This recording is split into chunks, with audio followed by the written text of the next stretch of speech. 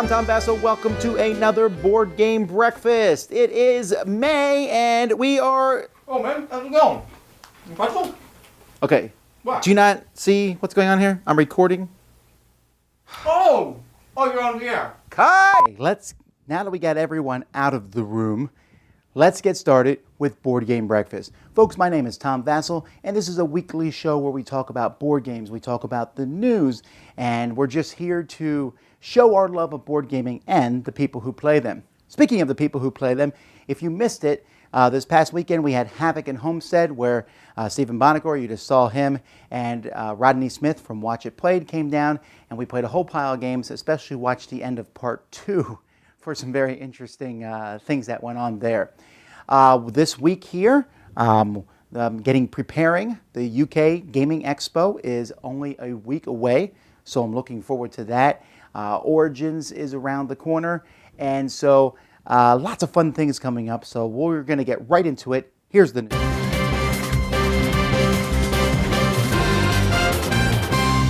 Well, first we have some new ships coming for Star Wars Armada from Fantasy Flight, Wave 4. These are specifically named Star Destroyer Interdictor and the Mon Calamari Cruiser, the Liberty. Always cracks me up, the good guy ships in this game. Liberty and Freedom. The bad guy ships are never called that, but anyhow. Asmodee is also coming out with a new storytelling type game called Storyline Fairy Tale. PSI distributor has announced an arrangement with Gigamic, bringing their games over. This is great because I like to see these games in America. If you don't know who Gigamic is, they make a lot of cool games. Probably best known for Quarto and Quarter, some abstract strategy games. They often have very nice components, so excited about that. An expansion for New Bedford, Rising Tide, has been announced. Also, Upper Deck has announced Aliens Versus set. They already have Aliens licensed. They've been using it in their Legendary, but their Versus, their man-to-man collectible card game that they brought back, which has been mostly Marvel so far. Now you can have aliens fighting against Spider-Man, I suppose. Flick 'em Up from Pretzel Games. This is a very nice wooden edition of the game. Very beautiful, nice, but very expensive. Well, now they're coming out with a wider audience edition, which is going to be using plastic and just a cheaper price. Now, the plastic is still very nice, and everything flicks pretty well. I was pretty impressed by it. I thought that the wooden version, I mean, that's still the version of my choice, but this one has a much cheaper price point, so more accessible, which is good.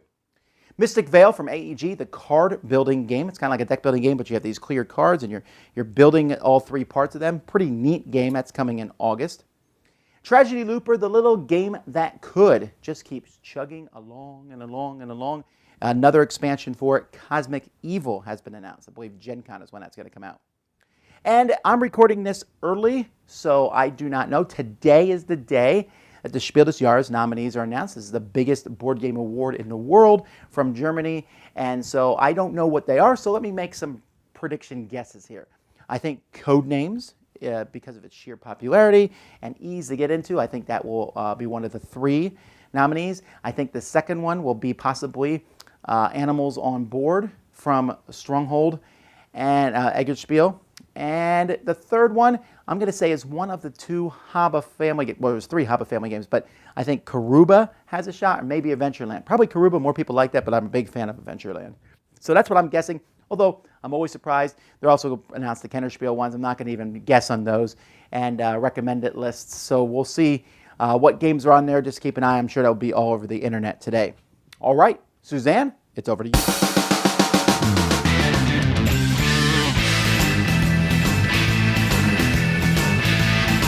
Happy breakfast, everybody. There are some cool projects I get to talk about today, so let's get going.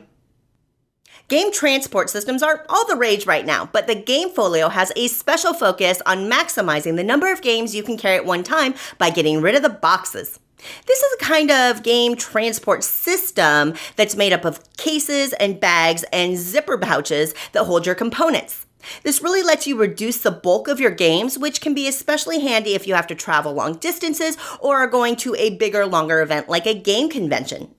You can customize your folios to the games that you want to store in it, and there is a bag that they call the Vault that will hold up to 5 folios plus your snacks. Snacks. You can definitely customize your pledge to the folios and pages you need, but a single folio will take a pledge of $25 with an entire system that includes 4 folios and a vault, taking a pledge of $155. One Deck Dungeon is a card-based, cooperative, roguelike dungeon adventure. That's quite the mouthful of descriptors. Asmati has built a reputation by publishing some of the gold standard in multi-use card games, and this game shares that key mechanism. In One Deck Dungeon, players take on the role of heroes who are knocking down doors and facing perils and fighting battles. And if you survive long enough, you get to face off with a boss. Dice are used to determine success and failure, but there are a lot of ways to mitigate the luck of those dice. And when you win a challenge, that's when you cleverly get to decide what to do with that card, whether you want to use it as experience points, as a new item, or as a new skill. And that's what really sets this game apart. One Deck Dungeon is simple mechanically, but it just provides so many choices, especially with those multi-use cards. This game has great character design and art, and it can be yours for a pledge of just $20 plus shipping. March of the Ants, Minions of the Meadow is the campaign for the new March of the Ants expansion, as well as the second printing of the sold-out base game. March of the Ants takes the 4X game experience and downsizes it to ant-like proportions. You want to build the strongest colony by scouting, expanding, building, and evolving. And really, for such a short play time, March of the Ants is complex and deep to play. Minions of the Meadow adds a lot to the game, including major workers, aphids, new abilities, and snazzy ant meeples. Overall, the expansion really takes into account a lot of player feedback from the base game and uplevels everything from the aesthetics to the mechanisms. You can get the Minions of the Meadow expansion for a pledge of just $24, but for $55 you can get the base and the expansion. From the team that brought us Tricarion comes the sci-fi game Anachrony. Taking place 3,000 years after the world's apocalypse, the Earth faces another cataclysm. In Anachrony, you're going to use specialized workers to propel your faction to supremacy, prepare for the impending asteroid strike, and try to lure the most survivors to your city. This worker placement game has a lot going on, including building time machines, traveling around in exosuits, and trying to avoid anomalies as you take resources from the future. To win, you're going to have to be strategic and efficient. This isn't the kind of game that needs miniatures, but Anachrony has some really cool exosuit minis that actually hold your worker chits in place. And I think that's kind of awesome. You can get a copy of Anachrony for a pledge of $59, but for $79, you can get the Leader Edition that includes those minis. And last but not least, from one of my favorite game designers, Alban Viard, comes a new pick-up and deliver game called Tramways. Alban tends to make puzzly games that are complex but still accessible, and Tramways looks to fall into that category as well. Basically, players want to create the most efficient rail system while keeping their passengers happy. Sure, you can get your traveler to work, but don't forget to take them home again or even out for some entertainment. Using multi-use cards, it's critical that players use their tickets, aka cards, efficiently because you're going to have a ton of decisions to make with them.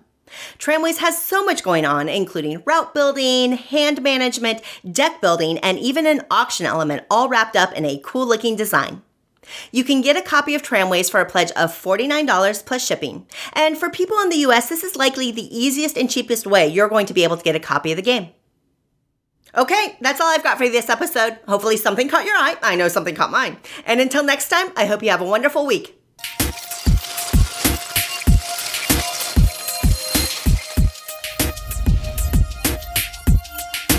Okay, you know what I love on Star Trek? It's when they do those named maneuvers in the starship combat. You've probably seen some of these. Johnny, can we roll the clip? The Picard maneuver. Initiate Kuma maneuver. Counter with the Talupian maneuver. Colbert starburst. Viager loop. They use their Crimson Force Field. My favorite is Riker Pattern Alpha, which, as I figured, is just kind of moving to the left. Evasive maneuvers. Pattern Riker Alpha. This is something that must have crossed the vastness of space and time, because there's also that scene in Episode 4 where Han Solo says he's gonna lose the Star Destroyers because he knows a few maneuvers, and he just kind of drifts to the left. Where do they go? There they are. They're listing lazily to the left. Go left, left! Boy, this guy knows some maneuvers. Now, some games that we play have strategies that become so iconic that they get names of their own. For example, in X-Wing we have the Fat Han strategy, or the TIE Swarm. Of course, in Dominion we have the Big Money strategy, which in the early days of the game was actually a better way to win than playing with the Kingdom cards. In Stone Age or Agricola or other games where you have to feed your people, you can adopt a starvation strategy. Then in A Few Acres of Snow, we had the Halifax Hammer, which is actually more famous than the game itself. The way, and this supposedly broke the game and was completely undefendable. And the way it worked, okay, I got it written down here, is you, quote, reserve Pemaquid and St. Mary's with merchanting and buying home support. And on turn 3, oh man, that game looks so boring. The idea of the name strategy is almost as old as board games itself. I remember when I was first learning chess, someone taught me the Queen's Gambit, where so you're able to put your queen at risk and then get checkmate within 3 or 4 moves. What are some other name strategies in board games you like? Put it in the comment section below, or hit me up on Twitter. And let's keep gaming, Whitleypedia Nation. Hey there, this is Mike with the Board Game Makeover. In this, week 5 out of a 5-week series of games on a plane, I'm going to show you how I took a gateway favorite of mine called Jamaica and made it work in this box so you can take it on a plane. Let me show you what I did. This is my travel size version of Jamaica. Everything is made smaller so it'd fit in my travel box here. These are the treasure cards. I made them smaller and I put them onto the Rumacube type tiles. These are really cheap to find at thrift store and they come in handy for so many things. The food and the money were reproduced, and I put them onto little tiny poker chips. These are mini poker chips. They come in handy for a lot of different applications, including this. I did the same also to these treasure chests that go on the board. And the reason I use these is because I use a little magnet on the back, and it sticks to it, which I don't know why. There must be some metal inside the poker chip that causes that, which makes it stick to the board. Each of the chips, I drilled a little hole and put a little magnet inside of them too. Now for the cannons, instead of using poker chips, I used something that came with one of these board things from Melissa and Doug's that said like, well done, and you did it, great job. They have all kinds of things, and they have magnets already on the back, so all I did was reproduce the image of the cannon and put it on the front. And you can still use these in the game if you want. If you're playing one of your kids and they do a good job, you can say, hey, you did it. Now these treasure chests, these actual little treasure chests, I found them on eBay, and they can hold your components here, or you can hold them in the board. So being able to take Jamaica and put it into a travel edition like this was very fun to do. I found lots of great ideas that I felt would integrate in many other types of games to go. And you know, these games are great because you know what? You just take them with you, all the magnets stick, everything pretty much stays in place. So there's really not much chance of losing pieces, and nice enough to take on a plane. Thanks for watching the Board Game Makeover. We'll see you next time.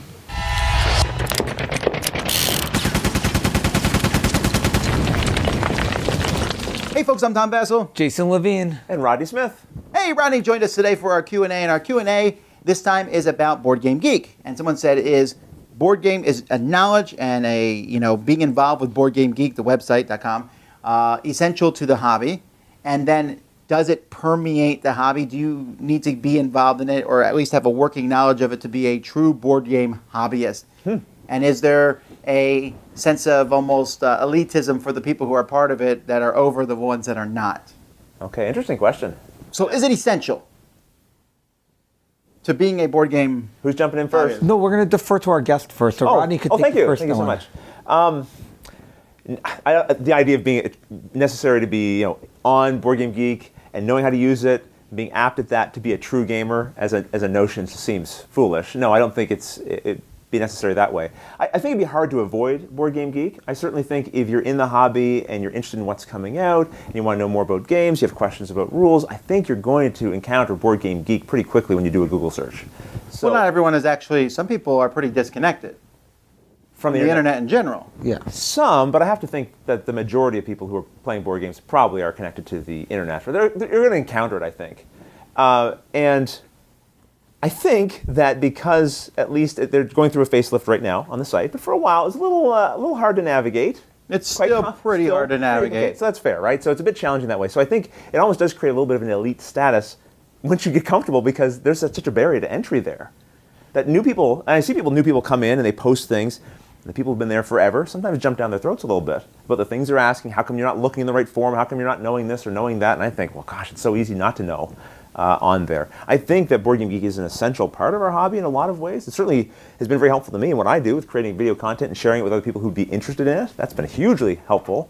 I go there for rules questions all the time. People share images, reviews, player aids. All those things are great. So I certainly encourage people. But I wouldn't say you have to be on there to be a true gamer. See, I look at it in two ways. One way is Board Game Geek, you don't have to be active on it to be a true gamer. Like there's differences. There's people who post a lot and are active posters and post all the time and have to do that, who criticize, oh, you posted in the wrong form. All of those kind of people who want to be the active ones, or the board police, how they call it. And this is not just at Board Game Geek, but at any board game site that has forums on it. And I don't think you need to do that to be an active part, but I do feel that Board Game Geek is the best resource for board gaming in the industry. And I think if you're looking for, it's sort of like IMDb is for movies. If you want to find the title of a movie and see a bunch of reviews on the movie or whatnot, Board Game Geek handles the same thing for board games. So you look for a board game and then you'll see the Watch It Played from Rodney, you'll see the Dice Tower review, you'll see other written reviews, and you'll get a lot of information about the game to make decisions. So I consider it more like an encyclopedic tool where you go there for research about the games you get, but I don't think you have to be active in the forums or an active participant to be part of it. Well, first of all, I think this whole true gamer stuff is kind of nonsense anyway, right? Yeah. There's no true gamers. And like, for example, in any game group I've ever been part of, there's like a core group of people who are like really active on Board Game Geek. In forums and stuff, there's a lot of people who are like, oh, whatever. And they hardly ever go there. And their sense of board gaming knowledge is that core group. And then there's people who don't even know it exists. And they just show up and like, oh, you're playing a game. And they play games and then they disappear.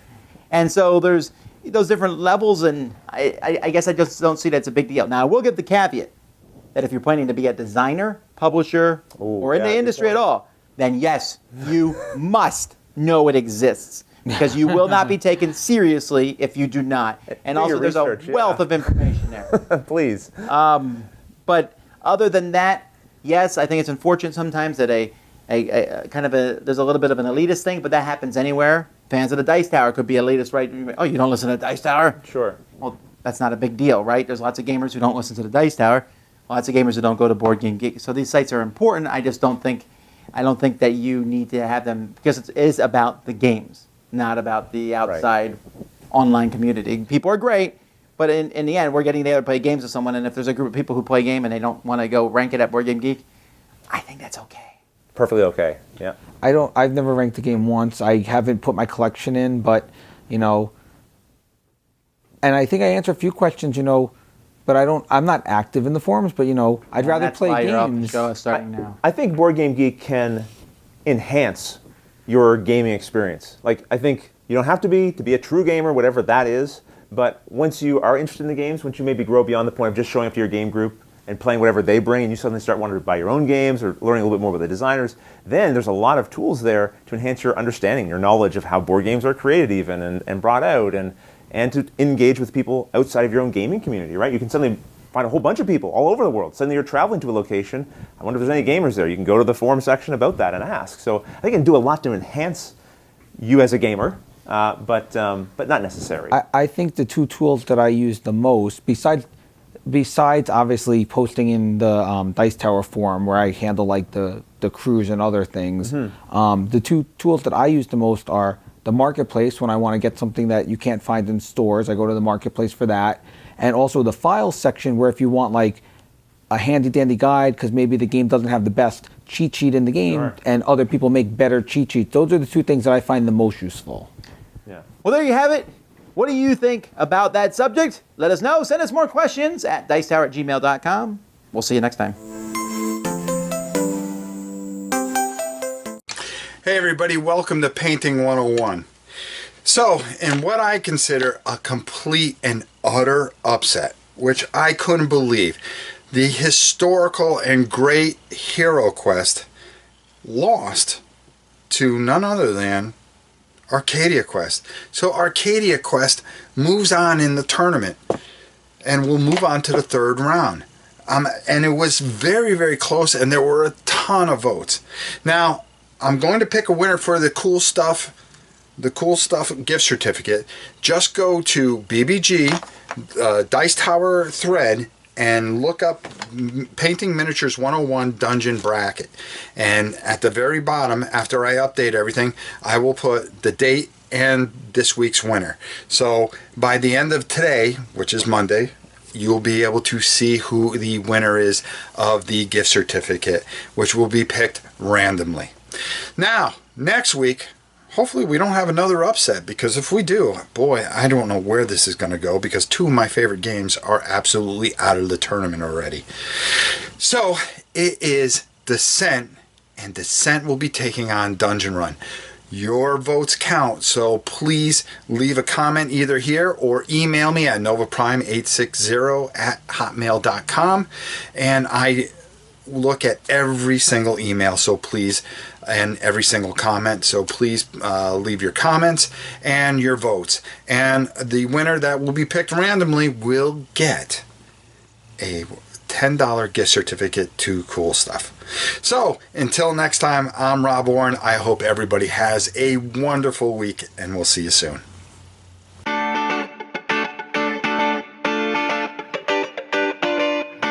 Hi, my name's Dave Adams. Welcome to Good Game, Better Gamers.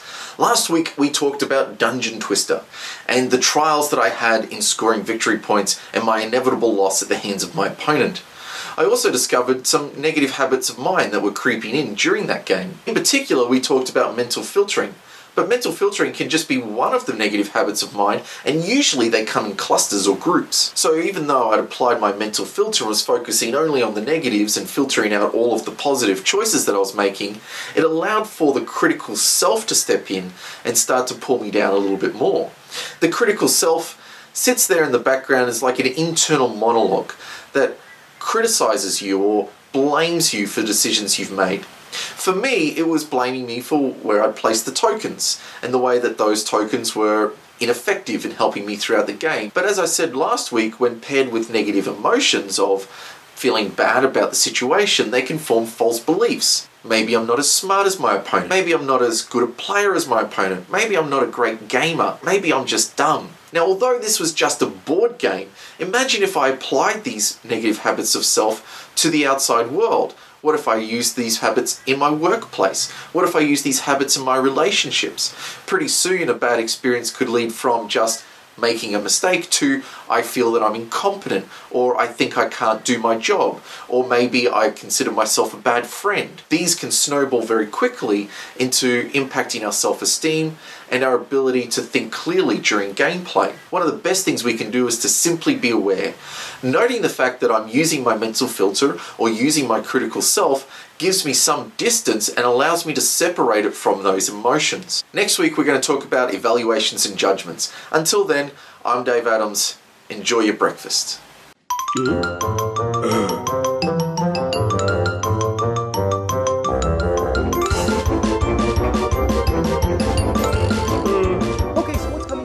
Dice Tower this week? Well, several reviews are coming. There's a possibility we'll be reviewing the new Dead of Winter game. It depends if I can get that played some more. We did a live playthrough of that last week. I have several games that are already recorded and are uploaded and ready to go. You'll see them being released over the course of the week. Also, there's a good chance, like for example, we'll see the Dice City expansion and a few other games that are going to be coming out this week. We're also going to have a top 10 this week and a back talk. There's really a lot going on coming from our channel as we prepare to go. And also the UK Gaming Expo, we're going to be doing a preview video of that, me and Sam, since we're going, and we'll talk about things that we're looking forward to seeing and doing while we're there. So all that can be found on our channel at dicetower.com.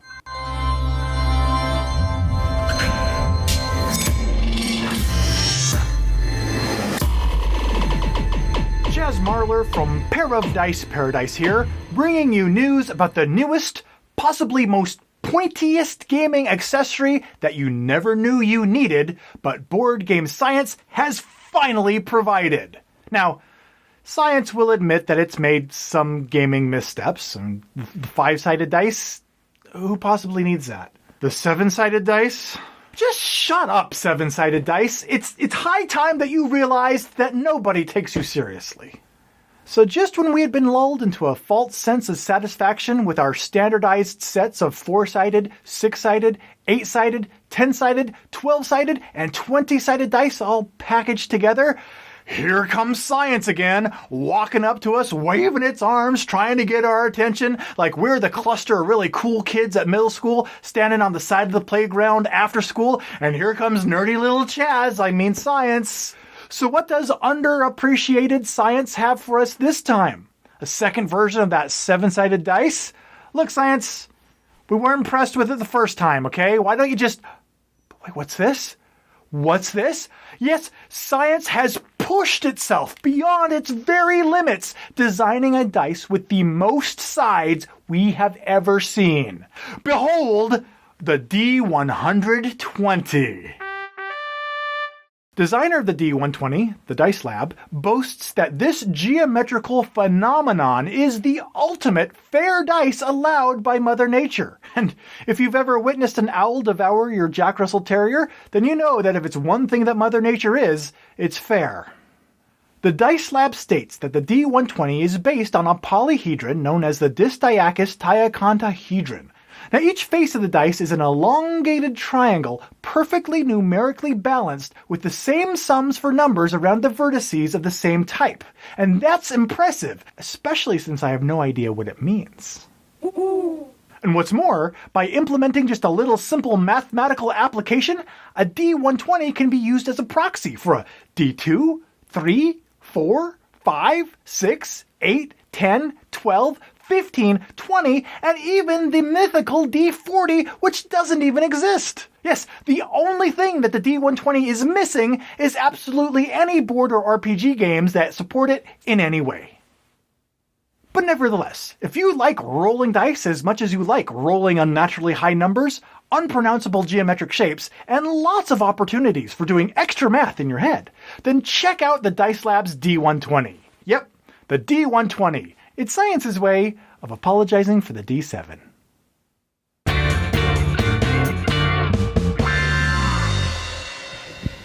Hi, and welcome to Watch It Read. My name is Rodney Smith, and in this video we're going to be learning the game Lifeboats. Let's begin. Lifeboats by Ronald Wetterling. A ship catastrophe for 3 to 6 players aged 12 and up. The object of the game is for players to rescue their officers and sailors in the rotten boats to one of the islands. Obviously, some of the leaking lifeboats will not reach the islands. So the boats have to be properly chosen and changed in time, if possible. Hello, everyone, and welcome to an episode with To Die For Games. I'm Mandy, the board gaming pinup girl. I'm Tracy, the gaming maven. And I'm Steph, the games teacher. Do you hear that? It's lunchtime! So if you haven't figured it out already, we're going to be talking about a game that plays well at lunch with colleagues. So let's talk about today's game, which is Dingo's Dreams from Alf Siegert. Plays 2 to 4 players in about 15 minutes or so around. The objective is to be the first to get your animal to its dreamscape by moving the dreamscape tiles to match the dream card. This game plays a little bit like bingo in that one player, the active player, will be a caller who will reveal a walkabout card. There'll be things like red ocean or blue mountain or green waterfall. And then each player at the table will flip over their dreamscape tile that matches the walkabout card that was just called. And eventually you want to be able to form a pattern which matches the dream cards, which basically count as points towards the end of the game. I love this game. The art was fantastic. If you know games like Above and Below and 8-Minute Empire, you will know that they were done by Ryan Laukat. That's how I remember his name.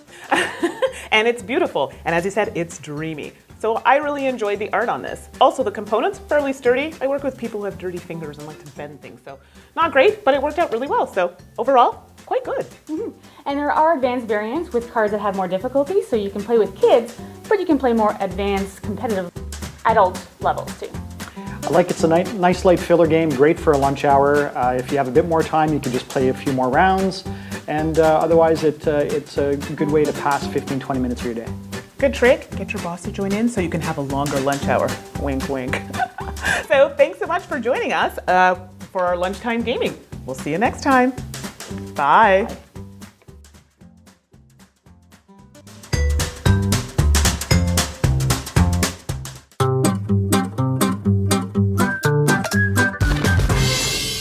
favorite comic strips, and I haven't read it for a long time, is Knights of the Dinner Table. And in Knights of the Dinner Table, it's basically a comic strip that shows a bunch of people who play role-playing games, and you got your stereotypes. The one character is the guy who runs in and just kills everything he can see. The one guy is the Munchkin rules lawyer, and there's different characters, and none of them are people that I necessarily want to run a game with all the time, but they certainly makes for a very funny comic, and I've enjoyed it throughout the years, and at some point I'm going to get back to reading it some more.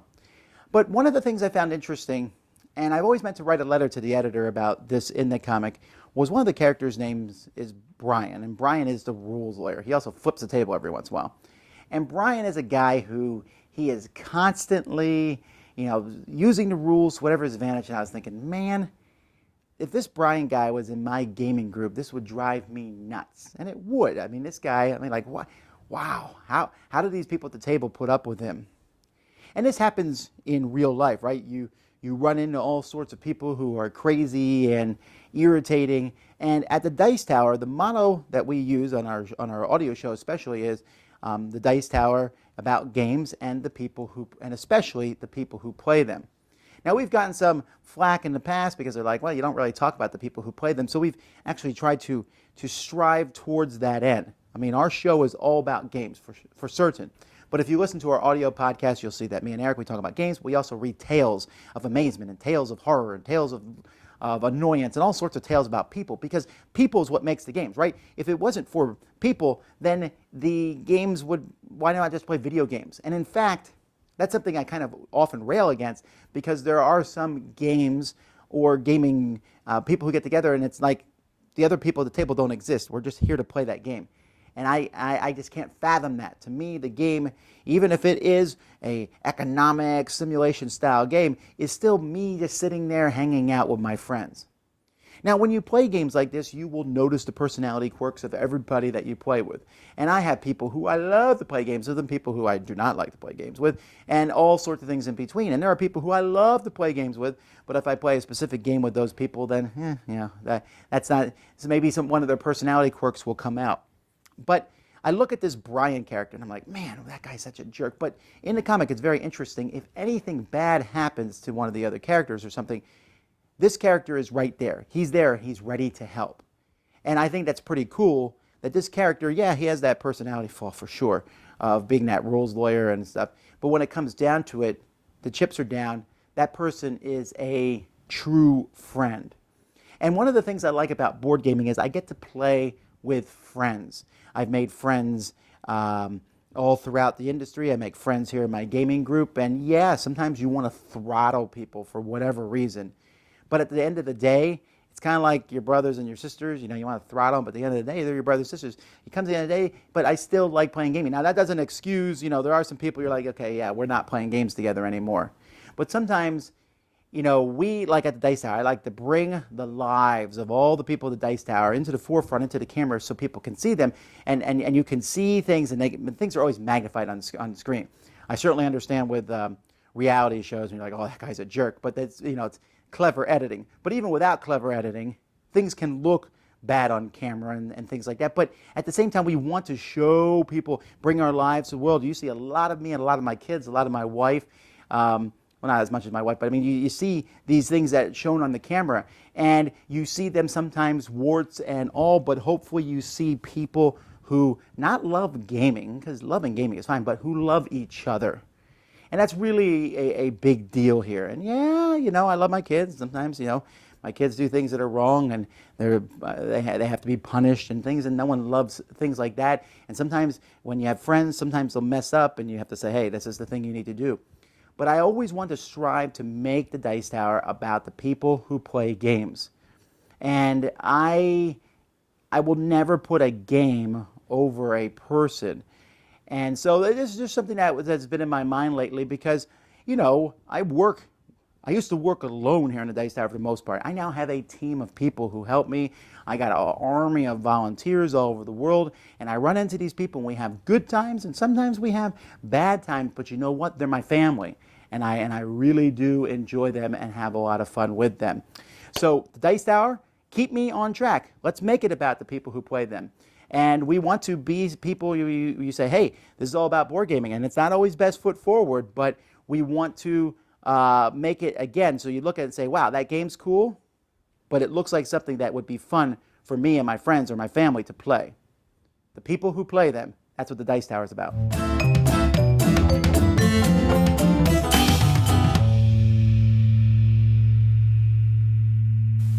On May 17th, 2002, Legoland Germany opened its doors, and this year me and my family got to celebrate its 14th birthday inside this lovely theme park. You can find Legoland Germany in Günzburg in Bavaria, and that Bavarians know how to put one brick on top of the other, we know, since they were the ones who built the fairy tale castle Schloss Neuschwanstein at the orders of the Märchenkönig Ludwig Otto Friedrich Wilhelm, King of Bavaria. So it is no wonder that this Bavarian piece of history is included in Legoland Germany. And it should come as no surprise that this week I am playing Castles of Mad King Ludwig. In this game, players try to please the fairy tale king by building him the biggest and best castle ever. Every turn, one player takes on the role of master builder, and he sets the prices for the different rooms that players can add to their castle. Once the prices are set, players can choose to either buy one room and add it to their castle, or take 5,000 coins. In Castles of Mad King Ludwig, there are loads of ways to score points. Every time you add a room to your castle, you get points. For completing a room, having all its entrances connecting to other entrances gives you points. Sometimes where the room is built, sometimes what kind of room is built. Bonus cards, king favors, loads of ways. Of course, the player with the most points is the winner. But even if you did not win, it's lots of fun to see your castle grow. Mad King Ludwig loved extravagancy, and that is exactly what you're getting, in the box as well as in Legoland Germany. When we left the park, I showed my son his new Lego pirate chessboard. He was over the moon. I think Lego and board games go very well together. Have you ever made a Lego board game makeover, or maybe used Lego pieces to enhance a board game? I would love to hear your comments and see your pictures, so please comment down below. My name is Dave Luza. Thanks for watching.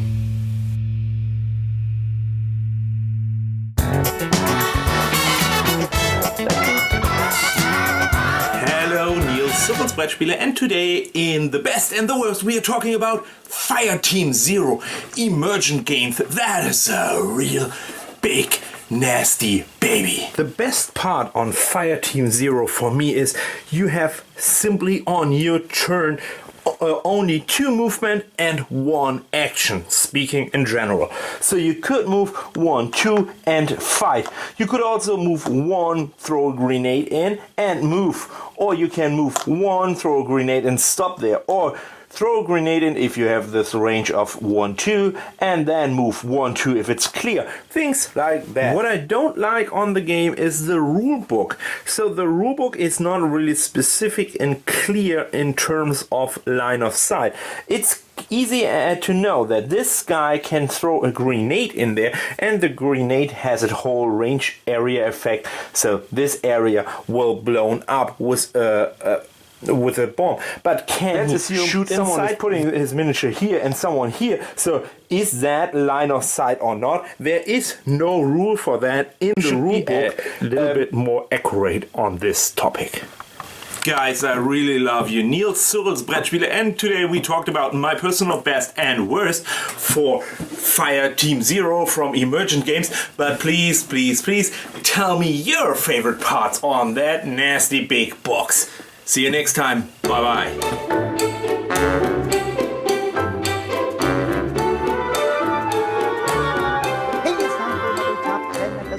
Matter that much. Today we're taking a look at the top 10 ugliest box covers. Now this is very subjective, of course, and I was talking to these about some of my game group, and some of them said, that cover's not that bad.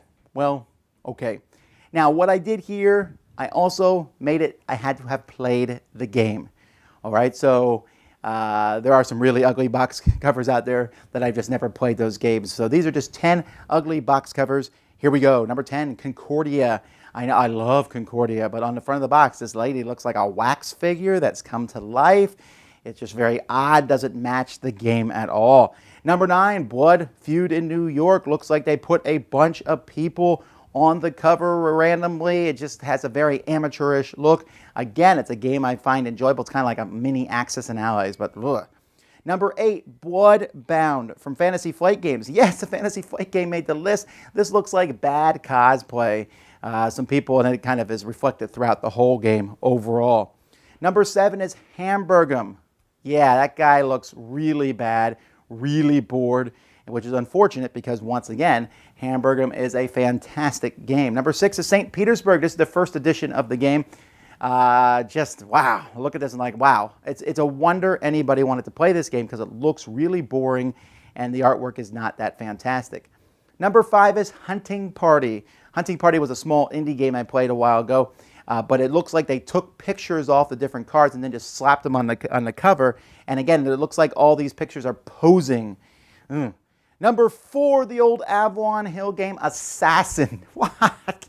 Assassin's is like it's a cool style solitaire game, maybe. Well, the game's okay, but this cover is just like, what is this guy? Is that guy an assassin? Are you sure he's not a street bum? Number 3 is Letterhead. Now, this one's interesting because there are actually 2 different games called Letterhead, and they're both freaky and weird and ugly, so they tied for this position. Number 2 is Cans. I often get on Splatter for their bad artwork. Cans is the worst of the worst. The artwork here looks like it was drawn by a kid, and they're like, yeah, that's good enough. Let's put it on the cover. No. And number 1, this one's just horrific, is Heads of State. This game I actually like. The follow-up game to it, Royals, is a game that's from Dice Tower Essentials, came from Heads of State. But wow, look how bad this cover is. It just these heads look like they're photoshopped in. It's just, bleh. What are your 10 worst covers? What covers do you think are ugly? Maybe you disagree with me here highly. Tell me in the comments. Let's keep on with the show. Hello, it's Holly again. Now I'm playing Bonanza, which I've been told in English is Beananza, because you play with a lot of beans. Now this game is a pretty old game. It's been around for a while, but I just discovered it, so it's new to me, which is very exciting. What I particularly like about this game is the pictures on them are very funny, and they're very cute. And this cute little wax bean here he's slipping on a waxed floor. But you will be deceived because it looks like ice, but it's definitely wax because he is a wax bean. So what you need to do is you have a whole stack of cards in your hand, and you can't move them around like normal games where you organize them based on type and stuff, which I find very particular because that's what I automatically do when I get cards. But you don't want to do that or else you're not playing the game fair. So when you're playing Bonanza, you have to plant the similar bean in the same field, but you can't cross-plant it. So you can't throw a wax bean on top of a soybean because they wouldn't be happy in the same garden. One of them would take over the other one. And then there's also an option to buy a 3rd bean field, so you have 3. But you gotta keep in mind you only got 2 bean fields and a plethora of beans. So while you're playing, you can also trade beans with other people, which is why I'm not very good at this game, because someone will want to trade me a bean where I could help them out, but then I normally wouldn't because I'd be like, no, I'm helping myself out. Now, you only get points for beans if you have a certain amount of them, and some beans have more than others. So the wax beans, there's 22 of them because there's a lot of those suckers slipping on ice. But the chili bean, there's only 18 because this guy, he's holding a lighter in front of lighter fluid. So he probably blows up a lot. That's why there's only 18 of them. And there's lots of coffee beans because we're in Sinks and Lattes and there's lots of coffee. And that's how you play Bonanza.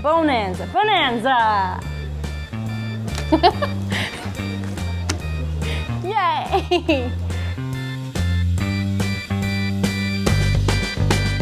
Folks, that's it. I apologize, but today there's not going to be a live Q&A.